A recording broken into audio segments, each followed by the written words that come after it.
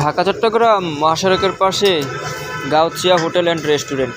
এখানে অত্যাধুনিক পদ্ধতিতে দেখতে পাচ্ছেন পরোটি কীভাবে তৈরি করছে এখানকার বাবুর্চি।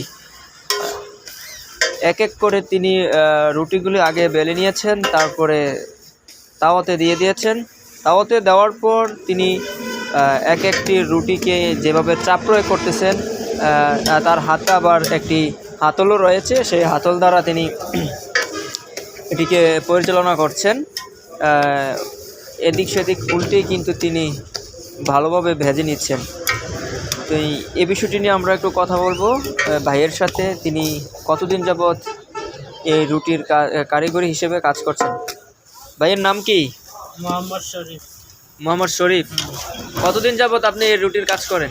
7-8 বছর। 7-8 বছর। প্রতিদিন গড়ে আপনি কতটি রুটি তৈরি করতে পারেন?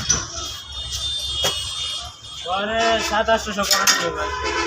700-800। প্রতিদিন গড়ে 7 থেকে 800টি রুটি তিনি তৈরি করতে পারেন।